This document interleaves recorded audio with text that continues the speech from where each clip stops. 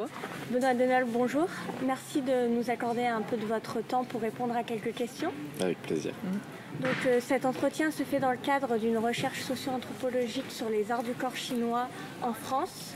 Et votre témoignage serait très important pour nous, notamment pour avoir une idée de ce qu'est le sport de haut niveau dans la discipline du wushu, de son évolution. Donc on va commencer par votre parcours. Est-ce que vous pouvez déjà me dire comment vous en êtes venu à pratiquer au haut niveau ? Ladies first. Ok, vas-y, je commence. Venu au pratiquer à haut niveau, c'est venu assez tard.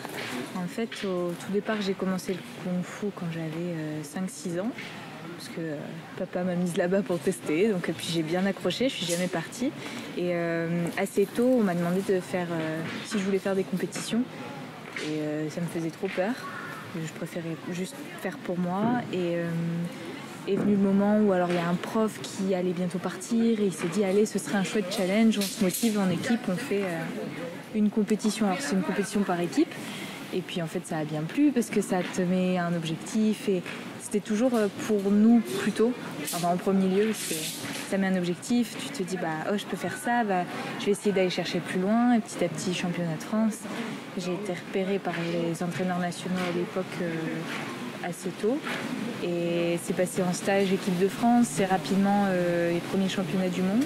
Et en fait tout s'est un peu enchaîné, enfin je sortais tout juste un peu de l'enfance, enfin j'étais ado et du coup je m'étais jamais dit je vais être dans l'équipe de France ou quoi et c'est un peu venu comme ça sur le chemin petit à petit et voilà. J'ai bien accroché puisque ça fait très longtemps finalement que je fais des compétitions. Moi ça a toujours été mon objectif d'être en équipe de France. En fait dans ma pratique au bout de 4-5 ans dans mon club j'ai rencontré par hasard un membre de l'équipe de France que je suivais sur... Il n'y avait pas les réseaux, donc c'était plus les sites internet et des choses comme ça, des photos. Je l'ai reconnu, je lui ai dit, tu sais, on a un club à Rennes, etc. Est-ce que tu veux venir ? Lui, il ne savait pas qu'il y avait un club à Rennes, donc il était venu s'entraîner là. En fait, il changeait pas mal entre Rennes et Paris. C'est Léo Benoît, qui a été champion du monde en 2017. Et lui s'entraînait déjà pour des compétitions internationales à ce moment-là. Et du coup, j'étais motivé pour la compétition et de le voir lui, j'en avais encore jamais fait. Mais j'ai suivi tous ses entraînements dehors, dans les stades, dans les salles de sport, etc. Voilà. Lui, ça lui faisait du bien d'avoir quelqu'un avec qui partageait un peu la peine. Moi, comme ça, je découvrais plein de choses. Et petit à petit, j'ai fait des stages. Et en fait, comme il était dans le milieu équipe de France, déjà à faire les compétitions internationales, beaucoup de discussions, ça se passait sur le sport, le niveau, équipe de France, etc. Donc très vite, mon objectif a été de recevoir un t-shirt équipe de France. Plusieurs fois lors de démonstrations on m'a dit tu veux mettre la veste, etc. J'ai dit non, je ne l'ai pas encore mérité, donc je ne veux pas la mettre, j'attends qu'on me la donne. Et au début c'était très compliqué parce que la concurrence était rude, il y avait toujours dans ma catégorie une ou deux personnes qui étaient plus fortes que moi, mais à force d'être régulier sur les années avec le temps, il y en a un qui a arrêté, un autre qui a arrêté, et puis j'ai eu un créneau pour avoir ma place et j'essaie de rester le temps que je peux. De progrès aussi, enfin c'est pas. Oui, bien sûr. C'est juste parce que. Oui, bien sûr.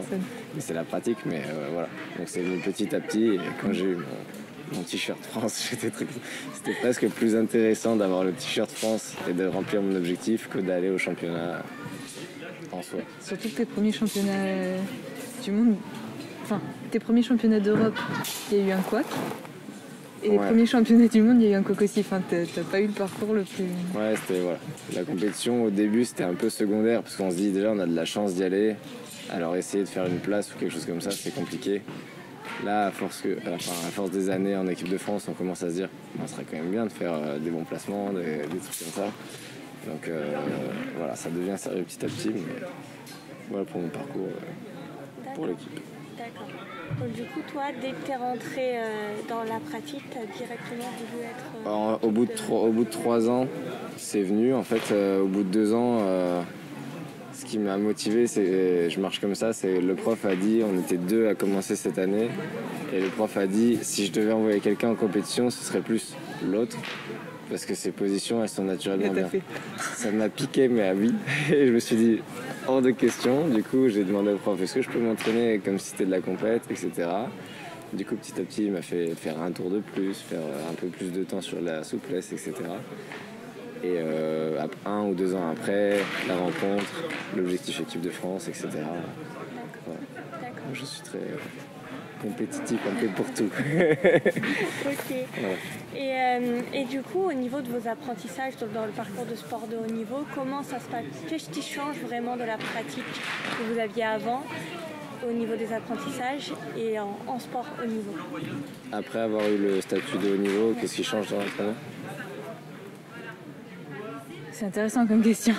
En fait, ce qui me vient en premier dans la pratique, avant l'apprentissage, c'est super aliénant en fait la compétition. Parce que le Covid, par exemple, ça m'a fait du bien, je pense quand même. Parce que ça ressente sur ah oui, je fais quand même ce sport parce que je kiffe ça, parce que j'ai trop de plaisir en faisant et tout. Qu'en compétition, tu t'entraînes pour l'objectif. Une fois là-bas, c'est super cool. Avant, il y a des moments qui sont super cool, mais c'est quand même à chaque fois que tu fais un entraînement, si tu loupes un tout petit truc, t'as l'impression que ton entraînement il est loupé. Alors qu'en vrai, t'as fait aussi plein de trucs bien. Mais comme ton objectif, c'est une perf et que c'est 100% parfait, ensuite, il y a un petit truc, et ça peut être du saut loupé où ça se voit, au mini-truc où t'as une mauvaise sensation, et t'es là. C'était pas bon, et tu rentres, t'es pas satisfait, un petit pas qui va pas ou quoi. Et du coup, c'est assez aliénant, et pour moi, c'est essentiel de bien recentrer sur, de base, on fait ça parce qu'on aime ça. Et le Covid, notamment, a été là-dessus. Puis voilà, on continue petit à petit à trouver notre chemin. Pour moi, la compète, c'est plus un catalyseur de progrès. C'est vraiment tu y vas pour te rendre compte du niveau aussi. D'ailleurs, vu que tous les pros, par exemple, ils ont un niveau très très bon niveau qu'on voit pas en France. Donc là-dessus, pour l'instant. Du coup, là-dessus, ça permet vraiment de se rendre compte de certaines choses, de rentrer avec un gros bagage à bosser. Et c'est vraiment un moyen de progression. Et donc ça joue énormément dans l'apprentissage. Après, en soi, dans l'apprentissage au club pour la compétition, tu multiplies les stages, tu essaies de te nourrir de plus en plus de partout parce que tu as moins le temps de... Ça va avec l'aspect catalyse, il y a moins le temps, il y a des échéances. Donc il faut s'entraîner vite. Là où on n'a pas de compétition, à un moment on apprend qu'il y a une date et on se dit ok, du coup le mois prochain il faut que j'aille m'entraîner là parce que il y a cette date là, que sinon c'est des choses qui auraient traîné un peu. On se dit j'aimerais bien m'entraîner là, mais peut-être je vois comment ça se passe, la vie se passe, et puis un jour je trouverai une date. Et dès qu'on a une date de compète, on se dit ok, on a la date de compète, donc le stage on le met là. Et ça aide à former un peu pour l'entraînement dans le club. Il y a rien qui change si ce n'est l'obligation de réussir à l'entraînement comparé à quand on fait de la compète pour le... Il y a tes attentes aussi. C'est vrai que comme tu vois les autres compétiteurs et tu t'ouvres en fait à un niveau de wushu et de pratique qui est plus vaste. Par exemple, dans le club, à un moment, ça dépend, mais moi, à un moment, je suis arrivée à être la plus forte du club. Et du coup, tu regardes plus loin, tu regardes d'autres gens, et tu te dis, eux, ils tournent plus sur leurs sauts. Moi aussi, je veux tourner plus sur mes sauts. Alors que si tu te cantonnes à ton club, t'as pas toujours cette source de stimulation. Et après, c'est bien parce que tu peux ramener la source de stimulation et être stimulant pour les autres. Et du coup, c'est là où tout est intéressant. Mais moi, j'ai un prof, pareil, il m'avait dit mais les filles, ça fait pas 540. Même telle personne, elle ne fait pas, donc en France. 540, c'est la rotation sur un saut. Oui, la rotation sur un saut. C'est un des éléments difficiles de nos enchaînements de niveau. Et du coup, c'est quelque chose qui n'était pas encore arrivé en France. Les filles ne faisaient pas encore, du coup... le statut de base c'était non, les filles ça n'arrive pas, donc il vaut mieux se concentrer sur autre chose. Mais oui, du coup ça fait vraiment voir autre chose. Pareil en termes de technique, on est habitué à certaines structures de Tao, au club nous on avait un peu toujours les mêmes types d'entraînement, les mêmes mouvements, de s'ouvrir à la compétition, à d'autres personnes. Maintenant on a incorporé dans nos méthodes plein d'autres façons de s'échauffer, de s'entraîner, d'autres plus de partage avec la compétition. Et parfois aussi pour la compétition, là ça nous est arrivé par exemple récemment, j'avais changé de style pour le plaisir et on nous dit pour la compétition c'est obligé de faire tel style qui va avec tel style sinon ça marche pas. Du coup on se dit en 2 semaines il faut que j'apprenne tel style parce que sinon je peux pas participer. Et c'est apprendre, c'est juste les mouvements, c'est pas le fonctionnement parce qu'en 2 semaines évidemment c'est trop court. Mais du coup ça fait pratiquer un style et là un an après je me dis en fait ces 2 semaines là j'avais bien aimé essayer ça, du coup je vais retourner là-dessus. Et ça encourage à apprendre d'autres choses aussi. Même si c'est très spécifique, parfois on a des obligations sur ce qu'on doit présenter et ça fait découvrir de nouvelles choses. C'est quand même important pour toi de conserver cette interdisciplinarité malgré le fait d'être spécialisé dans un style. En fait, j'ai réalisé il n'y a pas longtemps aussi avec le Covid et tout ça que j'aimais beaucoup apprendre et qu'à force de faire le même style, on s'entraîne beaucoup sans professeur aussi dans notre club. Et du coup, on a l'impression vite d'atteindre une limite dans ce qu'on peut faire. On peut améliorer notre corps qui fait qu'on va aller plus vite. Mais en termes techniques, on arrive à un plafond que si on avait quelqu'un pour nous aiguiller, on apprendrait d'autres choses. Et du coup, je m'étais dit, en apprenant d'autres styles, je retrouve le plaisir de me dire, là j'y vais et je découvre tout. Donc tout est intéressant à regarder, à voir, à faire. Puis ça nourrit aussi les autres styles, tout est un peu interconnecté aussi. Tu as des spécificités dans chaque, mais ce que tu vas comprendre en N-Chuen à un moment ou en sabre à un autre moment, ça va peut-être te faire des différences et des points forts au final. Parfois on va se dire cette façon de bouger là, peut-être si je la transformais dans mon enchaînement de base de mon style, peut-être ça pourrait faire quelque chose de sympa, du coup on essaye de nouveau. Et pareil un peu avec les styles internes. Ouais, même interne. Je sais pas, le bagua c'est traditionnel. Mais...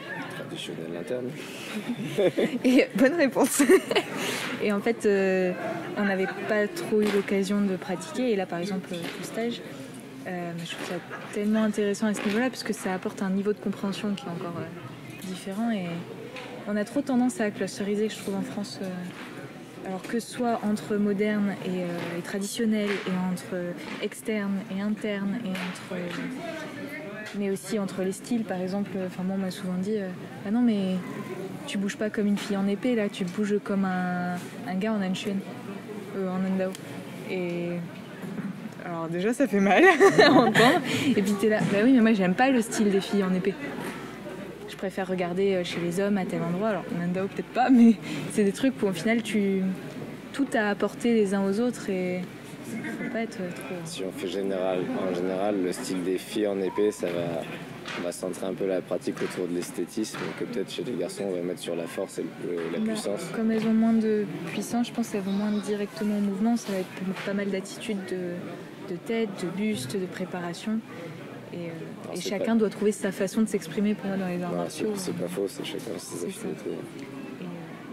Et de voir plusieurs styles, ça aide aussi à ça. Et pour le coup, j'aime bien bosser mes 3 trucs, parce que à chaque fois je me dis mais j'ai encore à l'améliorer, il faut que je continue. Mais du coup, juste de faire pour l'instant, peut-être qu'après j'y viendrai plus longtemps, mais des petites excursions ailleurs, j'ai l'impression de ramener du bagage pour la base. Et là, ça fait plusieurs fois que vous soulignez les différentes représentations au niveau des performances féminines. Toi qui es en équipe de France depuis un petit moment maintenant, est-ce que tu as vu une évolution sur vos présentations, notamment des performances en général et plus spécifiquement des performances féminines en sport de haut niveau? Oui. Déjà dans le club, au début, j'étais la seule fille. Et maintenant, on a plus de filles que de gars, vraiment. On garde le vestiaire le plus grand. Oui, ils ont gardé le vestiaire, mais du coup, déjà dans le club, ça se voit. Ensuite, en équipe de France, le problème, c'est que c'est encore un peu trop par vague. Là, je vois, il y a du très bon niveau. Il y a du bon niveau qui arrive, notamment en filles, chez les jeunes. Et après, il y a eu du... Oui, il y en a qui m'ont fait peur, ça c'est clair. Et c'est top. Et je vois que le niveau des filles, il monte et on n'aspire plus au même niveau qu'avant. Enfin, avant, c'était... Ah oui, 540, c'est pas trop possible pour une fille. Ça va être le gros défi. Là, sur les dernières compétitions, on était 2 à le passer. Et je dis pas que c'est devenu une norme non plus, parce qu'il y a toujours des difficultés. Mais sur les sauts, par exemple, ou quoi. Mais en termes de technique, de mouvement, franchement, on a... Dans toutes les catégories, en filles, il y a un bon niveau, je trouve. Après, ça va être le plus dur, c'est d'y rester. Parce qu'en France, il y a les études, il y a des grosses étapes comme ça qui risquent d'en décourager, pas que les femmes d'ailleurs, qui risquent de décourager des gens. C'est juste qu'en homme, on a encore un plus gros pool pour l'instant. Comme les membres de l'équipe de France, ça se compte pour l'instant sur les doigts d'une main. C'est dur d'observer des tendances, c'est plus des individus. Voilà. Après, nous, chez les filles, on a formé 2 juniors qui sont en équipe de France. Et du coup, une là qui a une super patate aussi. Notre expérience, on l'amène après, mais du coup, on espère que ça découlera faut que ça après, quoi. continue, quoi. Donc nous, on donne toute l'énergie qu'on peut là-dessus, mais je pense qu'il y a des choses à faire en fille et ça arrive. D'accord. Et justement, ces moments charnières, les études, enfin les moments de la vie quotidienne tout au long, comment vous les avez vécus? Qu'est-ce que ça implique concrètement d'être sportif de haut niveau dans sa vie quotidienne? Beaucoup d'organisation. Enfin, faut le vouloir, en fait. Et s'organiser pour. Moi, je me suis toujours dit, alors ma famille me disait, mais tu vas pas pouvoir tout faire. Les études en premier. C'est faux. Mais toi, t'aimes les deux, t'as envie de faire les deux. Et si tu veux faire les deux, je pense qu'il n'y a pas de... Il y a des difficultés, il faut s'organiser, mais il n'y a pas de soucis. Enfin, moi, tant qu'on veut, on peut. C'est un peu le Mais côté... l'organisation, c'est vraiment un des points forts de Juliette. Moi, par exemple, Non, puis le côté buté aussi, t'as envie de t'accrocher, tout le monde te dit bah non. Ah si, si, je vais m'accrocher.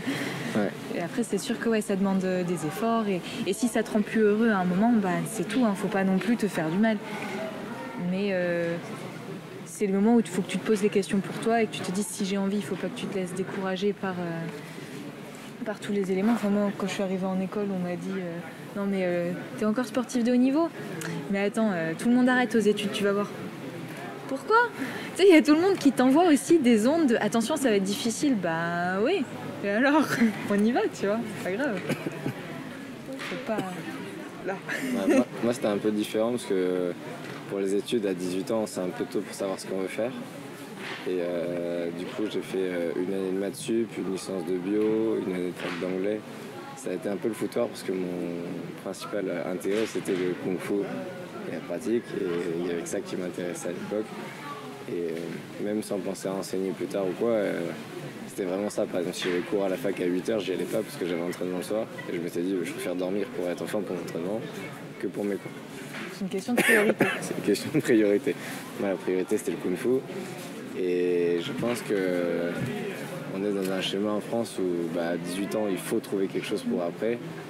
Et moi, je pense pas que ce soit une bonne idée. C'est après des années, on a un peu plus d'expérience, même travailler ou quoi, on se dit ok, j'affine mon projet et ce que je veux faire, c'est ça. Il y a plein de personnes qui font une année d'études, puis ils se rendent compte que c'est pas ça, ils changent. Et ce serait bien de sortir un peu de ce schéma. Et c'est le fait qu'en France, le sport, c'est pas très... Alors ça change, mais c'est pas reconnu. Enfin, voilà, typiquement, on me disait les études d'abord, concentre-toi sur la vraie vie. Toi, les études, c'était hors de question de faire des études dans le sport, alors c'est ce que tu voulais. Moi, mes parents voulaient pas du tout que je fasse des études de sport parce que je vais pas être prof de PS. Moi, je suis prof de Kung Fu. Bon. Sauf que maintenant que ça marche et que c'est lancé, ils s'en fichent. Mais avant, c'était très compliqué. Et aussi en France, on est beaucoup défini par et tu fais quoi dans la vie? Et la réponse attendue, c'est soit l'université, soit le travail.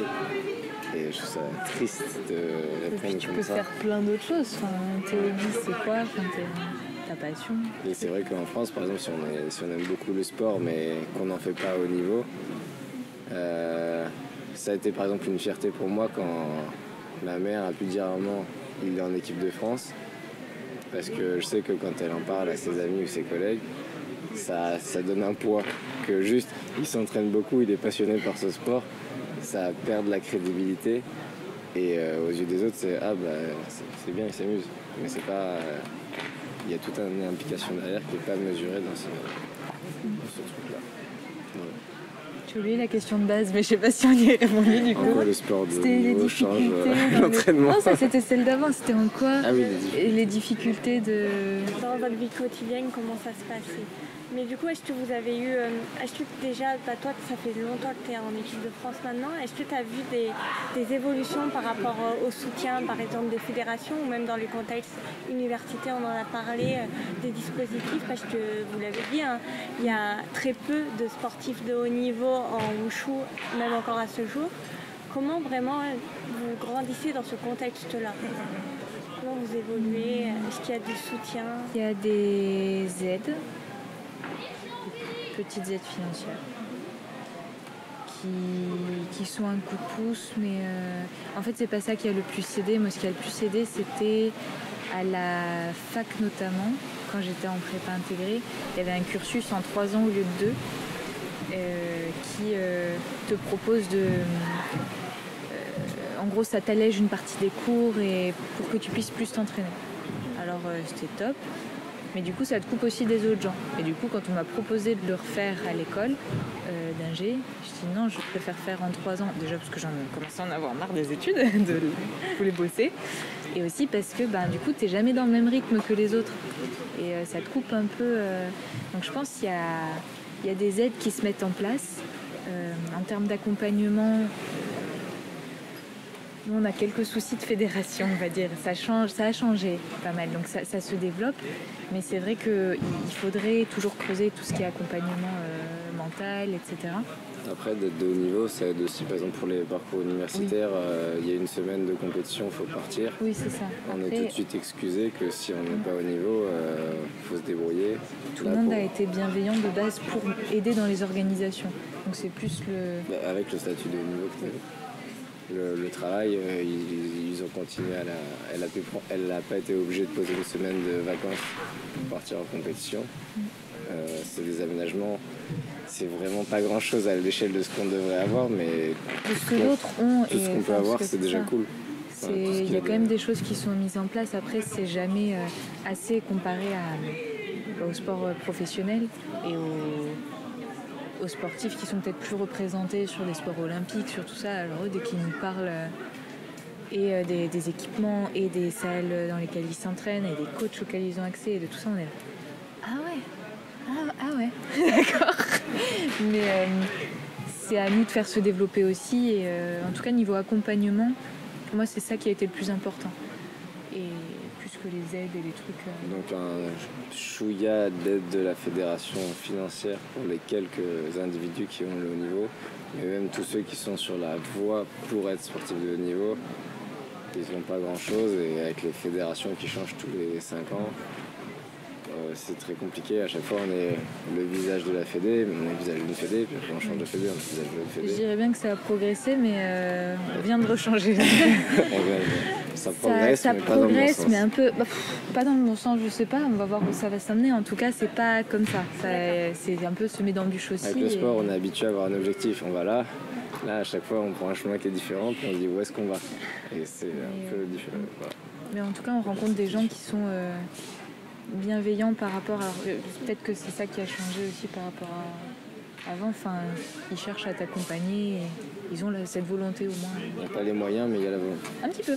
C'est un peu ça. Et avant, c'était différent, ça? C'était pas la même mentalité? Après, c'est difficile à dire pour moi parce que j'ai commencé les compétitions. Je suis partie en première compétition internationale, j'étais au lycée, en seconde. Et en fait, du coup, ça a un peu... Le lycée, c'était une étape. Ensuite, il y avait les études sup. Ensuite, il y avait le boulot. Et du coup, c'est pas les mêmes personnes, forcément. Mais je sais pas si ça a changé énormément. Mina, par exemple, dans notre club, j'ai pas l'impression qu'elle ait eu plus de facilité. Alors après, elle n'a pas le statut pour l'instant au niveau. Mais pareil, c'est en passe de l'être. C'était pas forcément aidé non plus. Alors que tu aurais besoin de ça pour franchir le pas, peut-être.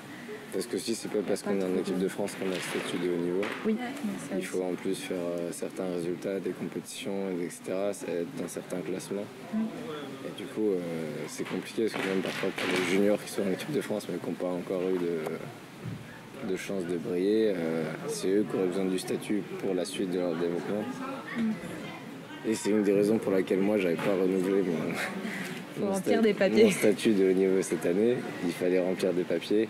Et dans ma pratique et dans ma vie, je me sens bien et je sentais pas l'intérêt de faire la démarche pour être au niveau. Et je m'étais dit, si pour notre sport, on nous donne accès à 4-5 statuts, si ça peut servir à un plus jeune ou à un autre, moi j'ai l'impression que ça m'apporte rien pour l'instant de l'avoir. Donc si ça peut aider quelqu'un d'autre, parce que ça se compte sur les doigts d'une main, quoi. Et avant, du coup, ça t'a porté vraiment ce statut? Franchement, juste pour dire, je suis sportif. Pour la notoriété, pour le club aussi. Enfin, c'est plus facile de dire aux personnes je suis sportif de haut niveau. Il y a tout de suite une considération plus. Après, ce qui change dans la vie. Je suis membre de l'équipe de France. Enfin, c'est des checkpoints, j'ai l'impression, dans les esprits des gens. Qui donnent aussi de la crédibilité à notre activité. Parce qu'on connaît tous, parfois quand on dit je fais du kung-fu, on passe tout de suite un peu pour un illuminé ou quelqu'un qui est un Parce que artiste. les gens connaissent pas. Les gens connaissent pas, et dès qu'il y a ce petit truc en plus de dire l'équipe de France ou quoi, ça donne en fait il y a une structure, en fait il y a une vraie activité c'est derrière. plus organisé peut-être dans leur idée. Là par exemple on était au World Games cet été, on a découvert en fait c'est Jeux Olympiques des sports qui sont pas olympiques, et on a découvert par exemple en natation le sauvetage, et l'épreuve consiste à nager, ramener un mannequin et revenir. Et au début on se dit ça n'a aucun sens comme sport, c'est pas comparé. Ça n'a pas pour but d'être un sport, tu vois. Comparé à toute la natation qu'on a vue, c'est bizarre. Mais du coup, le fait qu'il soit là, ça veut dire qu'il y a des championnats de France, ça veut dire qu'il y a des fédérations, ça veut dire qu'il y a des Europes. Dans tous les pays, c'est un truc qui est reconnu. Et du coup, on se dit, ah bah en fait, c'est une pratique sérieuse. Enfin, de base, c'est bien de sauver des mannequins, mais ça donne du poids à la pratique. Et on se dit, ok, ça veut dire qu'il y a pas mal de personnes qui s'intéressent à ça pour qu'il y ait des compétitions. Donc ça veut dire que si ça sollicite l'intérêt de plusieurs personnes, bah du coup c'est intéressant. Ça l'a fait connaître aussi, c'est un moyen de développer le sport et la communication à notre niveau. Mais ça, je sens pas que ça ait trop changé en fait, à cette échelle-là en tout cas, pour le moment. Et donc vous m'avez dit tout à l'heure que vous avez formé aussi des jeunes en équipe de France. Comment ça s'est passé la transition au final d'être apprenant de sportifs de haut niveau et de passer du côté des entraîneurs? C'est trop bien. Moi j'ai eu mon statut de sportif de haut niveau en 2017 quand finalement je commençais à donner les cours. Okay. Du coup ça a tout le temps été un peu le même cadre pour moi de athlète et prof. Du coup il n'y a pas eu trop de transition. Ouais. Et au niveau des différences, au niveau de ton approche, est-ce que tu as la même approche dans le sport de haut niveau que dans l'enseignement? En fait pour le haut niveau il y a vraiment des exigences supérieures. Et du coup, j'essaie de cerner avec mes élèves au début leurs intentions de pratique. S'ils sont là pour le sport, pour s'amuser, je demande à chaque fois est-ce que vous voulez faire de la compétition. Et encore, compétition, ça ne veut pas dire au niveau. Compétition, ça peut juste être je me teste de temps en temps. En fait, il y a des règles qui ont du sens et des règles où c'est juste là pour la compétition et pour tout ça. Et pour transmettre une envie, une passion, t'as pas besoin de leur dire non, un poil trop haut. Moins code 51. C'est ça, dans l'entraînement, un gunpu, jambes pliées, jambes arrière tendues, c'est une position stable. Pour la compétition, il faut qu'il soit à une certaine hauteur. Donc si tu me dis je veux faire pour la compétition, je vais t'embêter s'il n'est pas à la bonne hauteur. Si tu me dis je fais ça pour m'amuser parce que j'aime le kung-fu, je vais être plus souple sur ce détail-là et passer plus de temps à corriger autre chose. C'est là, je trouve que tu adoptes une démarche un peu plus globale où c'est quoi le but du mouvement et par exemple sur le Kung-Fu, moi ça va être tout ce qui est stabilité, etc. Donc tant qu'ils comprennent ça et l'intention qu'il y a derrière et tout, puis après petit à petit ça va se développer. Et donc ça, je pense enseigner, ça te force un peu à revenir à l'essentiel de... Puis les enfants ils posent, par exemple les adultes aussi, mais les enfants c'est pire, ils te posent des questions, t'es là. C'est vrai ça, pourquoi on fait ça comme ça? Et du coup, tu t'interroges aussi et ça te rapproche plus de la base du sport, de l'art martial, de l'approche de la pratique. Et ensuite, tout ce qui est compétition, ça vient compléter, c'est une couche de performance, du coup, tu entraînes les capacités physiques à être plus comme ça, mais la base et l'essence même, pour moi, ça va rester... la même. Et du coup, c'est deux approches qui sont différentes et qui se nourrissent aussi l'une et l'autre. D'accord. Dans ma vision. Et au niveau de l'enseignement, du coup, en fait, tu dirais que c'est plutôt une adaptation au public à chaque fois? Ouais. Quand tu construis par exemple tes séances, est-ce que tu les construis vraiment avec un objectif prédéfini, t'adaptes Moi, à chaque fois, je fais jamais sur papier mes séances, c'est tout le temps un peu au feeling.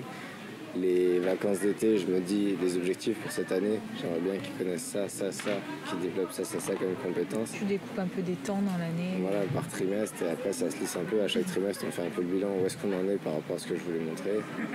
Et on avance comme ça. Et après, pour la pratique, on avait essayé par exemple un moment pour ceux qui voulaient être sportifs en compétition et autres, de faire une sorte de contrat de compétition en début d'année où on passe plus de temps avec eux. S'il faut rester en dehors des cours avec eux, on leur explique. Vous pouvez venir à plein de trucs. Et s'il y avait besoin de cours particuliers, ils demandaient, il y avait des cours particuliers. En échange, ils s'engageaient à participer à toutes les démonstrations que le club pouvait organiser, toutes les compétitions, etc. Et on a essayé de faire des échanges comme ça. Et après, pour les cours en soi, c'est entre guillemets un adulte qui va me dire oh, ça tire un peu l'étirement, là je suis bien. Je dis bah ok, je bouge un peu le pied puis je laisse. Un compétiteur qui va me dire oh là ça me tire bien. Tu montes dessus, tu sautes dessus.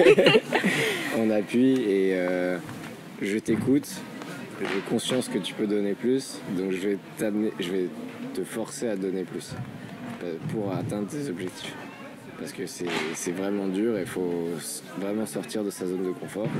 Que certains pratiquants sont là juste pour prendre du plaisir et ils n'ont pas tout le temps besoin de sortir de leur zone de confort pour prendre du plaisir à l'entraînement. Et du coup, il faut essayer de cerner assez vite les différents publics qu'il y a dans un cours pour adresser le problème différent. Après, tout le monde s'encourage. Les loisirs qui voient que les compètes, ils ont des trucs durs à faire, bah s'il faut réussir un saut, on va dire vas-y fais le saut et tout le monde est là, allez vas-y. L'avantage est un sport individuel, mais à la fois tu fonctionnes en... Tout le monde va se donner à fond pour lui, avoir son résultat et son truc, mais chacun à son échelle va être content s'il fait un peu mieux. T'adaptes des fois, tu dis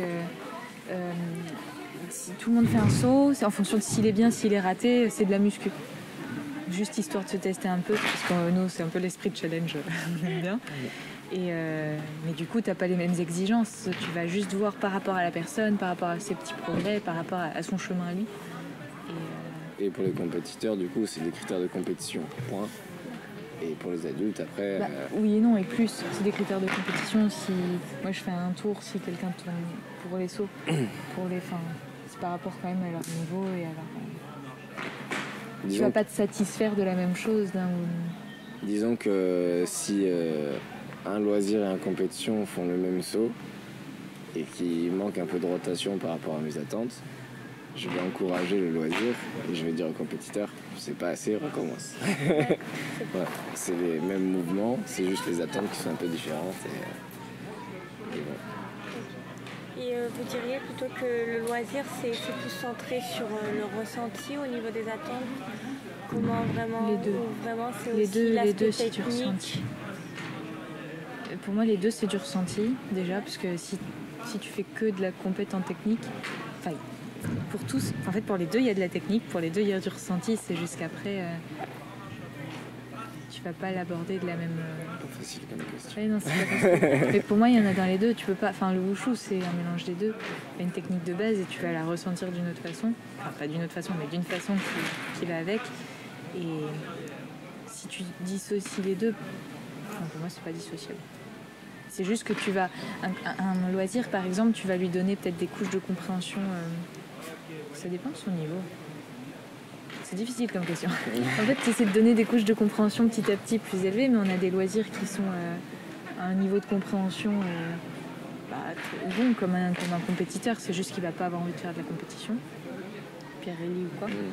Et tu as des compétiteurs où tu vas pareil leur donner toutes les couches et à leur échelle pour qu'ils puissent progresser dans les bons temps, parce que si tu leur en donnes trop d'un coup, juste leur cerveau il va griller, c'est pas possible. Et du coup, pour moi il y en a dans les deux, c'est la même entre loisir et compétition, c'est la même approche, c'est juste que il y en a un où tu vas dire c'est bien et c'est mieux, etc. Et l'autre tu vas dire c'est mieux, mais toi ça doit ressembler à ça maintenant, parce que si tu as les attentes... Ce qui est un peu triste aussi quand on a des obligations de compétition, c'est que par exemple un loisir, on va prendre le temps de lui faire ressentir le mouvement juste, etc. Que parfois pour les compétiteurs, on donne toujours plus, mais ils ne peuvent pas toujours recevoir plus. Et il y a l'échéance, et même si parfois le mouvement est bâclé, il y a besoin de le garder bâclé parce qu'il y a beaucoup de choses à travailler et tant pis on passe un peu vite dessus, mais il faut présenter quelque chose de correct pour l'échéance. Et du coup c'est pas forcément tout le temps mieux d'être en compétition parce que on essaie d'y revenir après, mais parfois on bâcle des choses qu'avec les loisirs on prend le temps qu'ils sentent le truc. Et une fois qu'ils l'ont senti, après tout le monde le sent à des vitesses différentes. Après la frontière elle s'est... Avant c'était plus se séparer, là on essaie vraiment de... On est tous là pour s'entraîner ensemble dans le même but. Après, tu as ceux qui ont des échéances, des trucs, mais l'enseignement, moi, je le ressens pas forcément différemment entre les deux. C'est juste que un compétiteur, tu vas passer plus de temps sur les détails, les petites sensations, que le loisir. Il va avoir sa dose de 2 heures dans la semaine, ça va lui être OK. Il fait un stage de temps en temps, ça va lui être OK. Le compétiteur, il a besoin de plus de temps.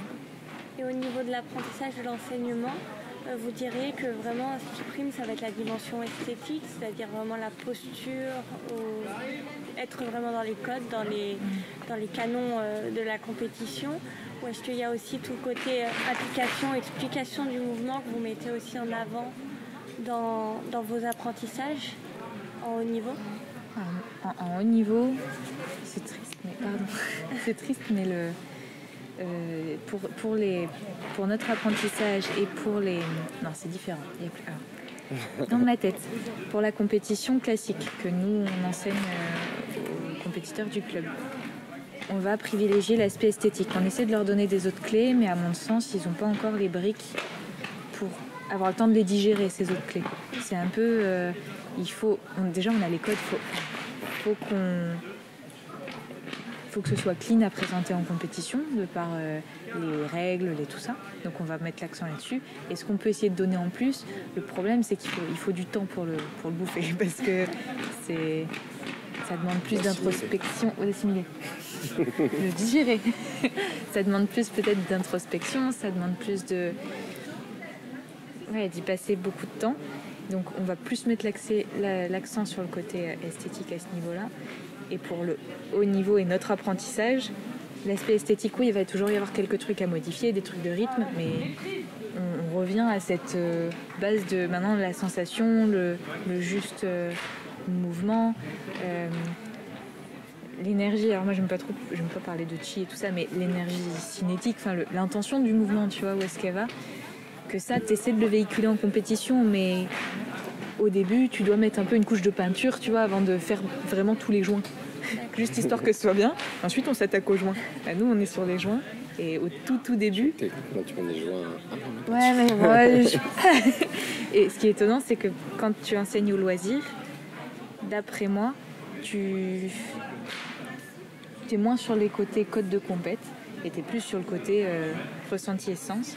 Compétition, il faut que tu mettes ta couche parce que c'est le but, dans notre sport aussi, un des buts c'est la démonstration, donc tout ce qui est performance, côté athlétique, la vitesse, toute cette couche.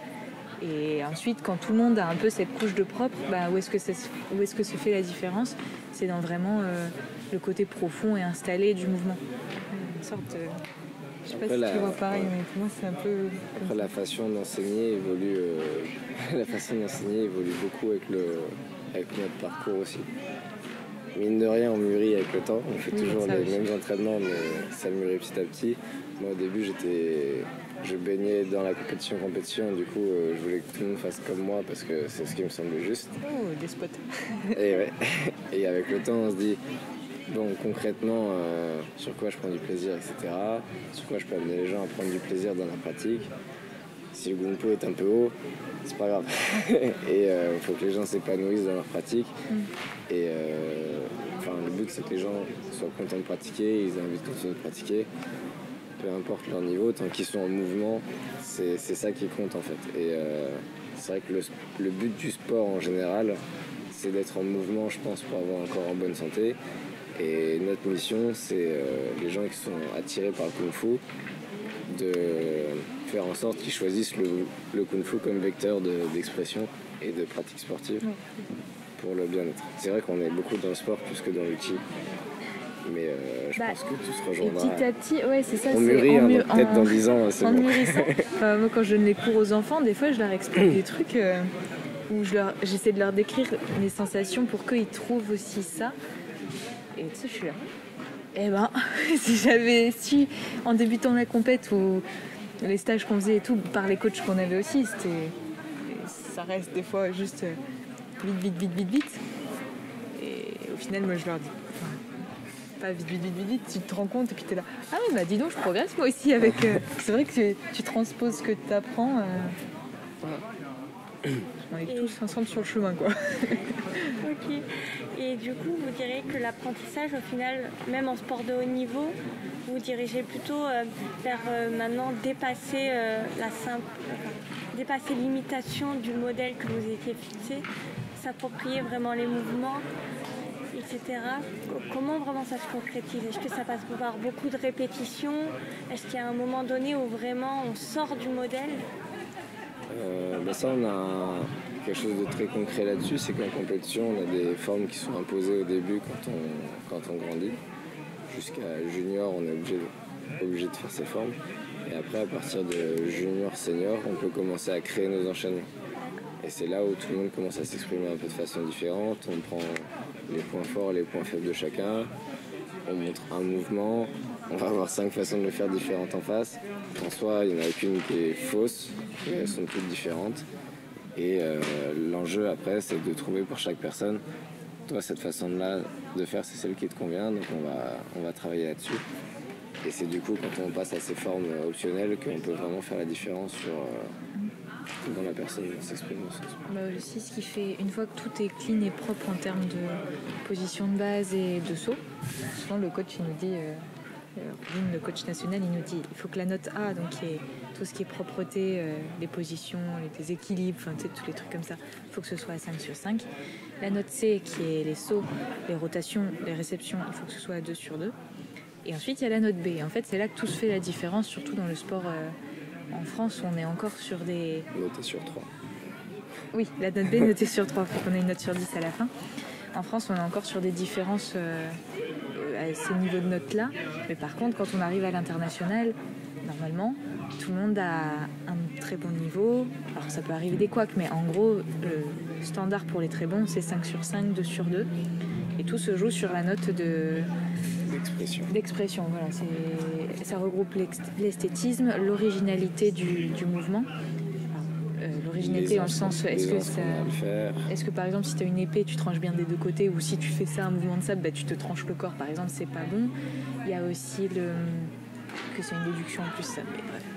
Et il y a vraiment tout, et la vitesse, et la puissance, et tout qui est mis là-dedans. Alors du coup, tu peux te poser un peu des questions. Enfin, moi, ça m'interroge pas mal des fois, parce que tu te dis, ah oui, mais entre deux gars qui sont très bons, il y en a un qui est ultra puissant, et l'autre, il est plus original. Par exemple, les Iraniens, ils ont des styles très originaux. Ah ouais, mais du coup, tu mets qui devant, à quel moment? Alors après, ça, c'est un peu les aléas et les enjeux de la compétition aussi, en fonction de après qui tu es, du jury, etc.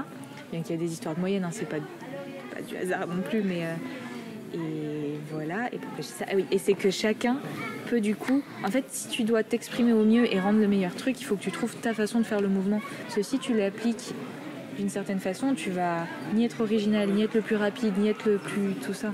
Et donc il faut que toi trouves ta façon, le bon mouvement, pour que cette note-là d'expression de toi-même, en fait, elle soit le...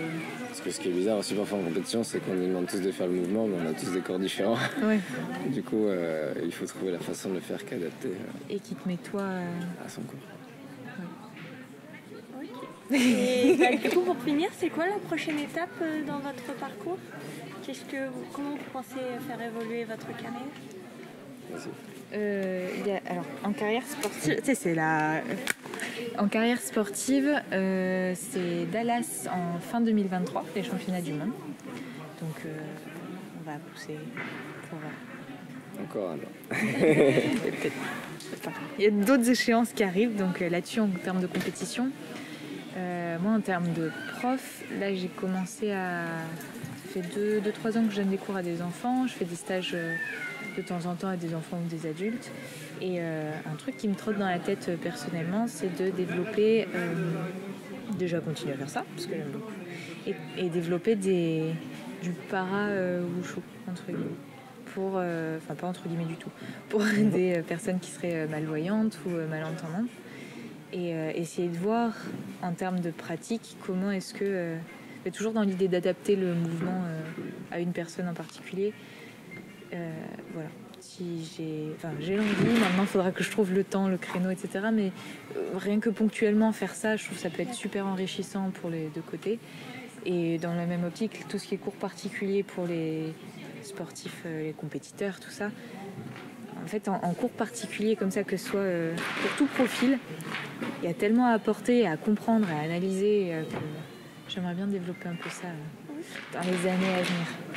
Parce qu'on avait été sollicité une fois par un malvoyant qui voulait s'entraîner, ça n'avait pas abouti, mais du coup, on s'était dit, mais comment on expliquerait les mouvements c'est pas évident parce que ça sort de notre cadre. Puis même il y avait une compétitrice qui était venue une année, moi elle m'avait fait pleurer quand elle est sortie du tapis, parce que elle est allée, elle a fait sa forme. Elle était malvoyante. Elle était malvoyante.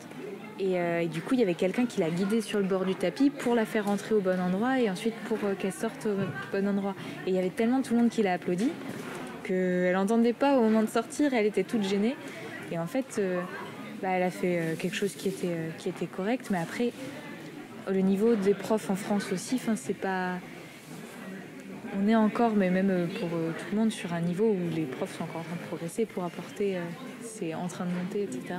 Et cette personne-là, je me suis dit, mais et si à un moment, parce que ça se trouve, elle fait des cours en même temps que tout le monde, je me suis dit, si on avait le temps pour travailler spécifiquement quelques trucs, comment est-ce que tu transmets dans cette façon-là?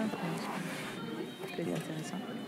Pour notre sport qui est assez précis en termes techniques, c'est beaucoup en fait d'anciens athlètes qui plus tard donnent des cours, et les quelques pôles qu'il y a en France, à chaque fois c'est des anciens athlètes qui donnent des cours. Et du coup, il faut essayer en tant que prof de toucher un maximum de personnes pour le développement du sport, pour que eux plus tard touchent plus de personnes, etc. Parce que... On est à l'étape où il faut tout saupoudrer de chou et puis... Voilà. Et moi, dans mes objectifs perso, du coup, il y a Dallas. Dans un an, sans doute, la dernière compétition. Je dis ça depuis 4 ans, mais un jour, ce sera vrai. Parce que ça commence à faire un peu mal aux articulations, la pratique. Donc encore un an à pousser pour compétition. Et cette année, j'ai commencé à faire des cours de sanda pour diversifier aussi ce que j'enseigne et me cultiver personnellement. J'avais commencé le judo, mais c'est plus le sanda qui m'a marqué. Et j'aimerais petit à petit introduire du sanda basique dans mes cours pour lier plus les mouvements aux applications, à quoi ça sert, etc. Parce que le parcours de haut niveau, ça prend du temps, on n'a pas forcément le temps de développer tous les aspects concrets. À chaque fois, la question à quoi ça sert. Parfois, on a la réponse, parfois, on se dit c'est vrai que c'est un joli mouvement, mais en soi... Ça fait mûrir aussi, du coup. Voilà, et du coup, d'élargir un peu à des pratiques, se dire, parfois, dans un style, on va dire, on voit une application de mouvement, sur YouTube, dans les stages, des trucs comme ça, et on se dit, ah oui, c'est vrai, dans ma forme moderne, c'est le même mouvement que j'utilise, je suis plus bas et plus loin, mais le principe de l'art martial reste le même. Et du coup, d'essayer d'alimenter un peu ça dans mes cours pour toucher un peu plus de personnes, parce que je pense que les personnes ont besoin des deux aspects techniques et pratiques, et il faut faire évoluer tout ça. Voilà. De très beaux peut-être projets. d'autres styles après aussi. Voilà. Toi, tu veux passer en N-Chuen Ouais, changer de style, mais après c'est dur de viser le haut niveau sur différents styles. Donc là, je me concentre sur le mien, et puis après, je changerai de style pour le plaisir. C'est quelque chose, en tant qu'athlète de haut niveau, on se pose souvent la question, et le plaisir dans l'entraînement, il est où? Après, on rencontre aussi pas mal de... Enfin, là, on a dit que c'était compliqué, aliénant, etc. Mais en vrai, quand tu penses aux compétitions, par exemple, tu te dis pas...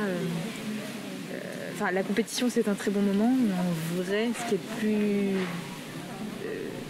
bon à se souvenir, ce qu'on préfère et ce qui marque le plus, c'est j'ai été faire tel stage avec telle personne, je suis partie avec telle personne, on a échangé là-dessus. À la fin de la compétition, on a eu tel moment ensemble. Quand on fait des stages avec les autres athlètes étrangers, c'est vraiment tous ces moments d'échange où là-dessus, la compétition, ça permet de rencontrer plein de monde. Et puis aussi que la compétition, ça permet de faire des petits bilans sur sa pratique régulièrement. Et si on pratique pour le plaisir, on ne réfléchit pas trop à où est-ce qu'on en est sur le chemin, etc. Parfois, on ne se pose pas la question, on y va, puis voilà. Et ça, c'est assez intéressant. C'est une étape à un moment du parcours. Les arts martiaux, c'est tellement... Ah ouais, aussi, souvent l'entraînement, c'est dur, mais c'est comme quand on fait un entraînement, c'est dur, à la fin, on est content. Les grosses compétitions, c'est ça, x100. C'est beaucoup plus dur, mais on est beaucoup plus content. Donc Ouais, c'est un équilibre à trouver. Le yin-yang, Puis l'équilibre, tout ça. Puis aux valeurs martiales, du coup, tu découvres aussi tout ce qui est valeurs du sport, qui pour moi se mêle un petit peu, mais je sais qu'il y a des différences, mais c'est super cool. T'apprends sur toi, tu te donnes à fond, c'est le dépassement, c'est des choses qui sont très chouettes à toucher aussi, donc je pense qu'il faut qu'on continue un peu là-dessus, puis ensuite on Parce va qu'après, partir et étendre. toute la pratique du kung-fu, c'est autour de l'équilibre. Je suis pas spécialiste, mais les yin-yang, les forces qui s'opposent, etc. Et c'est sûr qu'en sport de haut niveau, on met un peu trop dans la balance d'un côté, et à un moment, il faut essayer de rétablir le truc. Et on apprend trop de choses d'un coup, mais du coup, pas assez d'un autre. C'est dur parfois de connaître plein de choses, et on dit, et ça, c'est quoi? Ah ben ça, je sais pas du tout, parce que ça sort de mon domaine de compétences. Ça va être le travail d'après, ça va être de rééquilibrer. Ouais. Le travail de fin de compète, voilà, c'est de retrouver Et la compète, du coup, c'est le yin ou le yang? Je sais pas. Très bien. Est-ce que vous avez quelques mots de conclusion pour finir cet entretien sur votre parcours, sur le sport de haut niveau, le rayonnement aussi du sport de haut niveau au niveau mondial en termes de C'est wushu? le moment où on fait la promotion de notre sport. Je crois qu'on a vraiment tout dit pour synthétiser. Je pense que dans la pratique, l'aspect central, c'est vraiment la discipline. Faire un petit peu, mais vraiment régulier. Parfois on n'a pas envie, mais il faut... De prendre du plaisir faut y trouver du sens pour soi, faire les choses, se donner à fond, avancer sur sa voie, etc. Et la compétition, c'est une étape, en tout cas moi je le vois comme ça, vraiment une étape du parcours qui aide et qui accentue certains progrès. Et puis après, et les arts martiaux, c'est vraiment quelque chose qui prend du temps. Et quelqu'un qui pratique un an n'a pas forcément... La vision des choses, c'est que du coup, on apprend... Du temps, du cœur, de l'énergie. De l'extérieur, petit à petit, on apprend les mouvements, le corps bouge. Et plus on pratique sur la durée, plus ça rentre dans les sensations intérieures. Et c'est dur de dire, mes sensations intérieures, elles sont cool. Vous voulez essayer ça? C'est facile de dire, regardez, mes mouvements sont cool, faites-le. Mais ce qu'on ressent à l'intérieur, c'est dur de dire aux gens, regardez à l'intérieur de moi, c'est cool. On ressent des trucs trop bien. La compétition, c'est sympa et ça aide. Il faut s'ouvrir pour équilibrer après la balance et découvrir plein de choses parce que l'interdisciplinarité et la collection, ça apporte beaucoup. Faut pas lâcher, faut persévérer et pas s'arrêter aux difficultés de la vie, des études et tout ça. Voilà. Jaillot. Merci beaucoup pour cet entretien. Avec plaisir. Merci pour tes questions.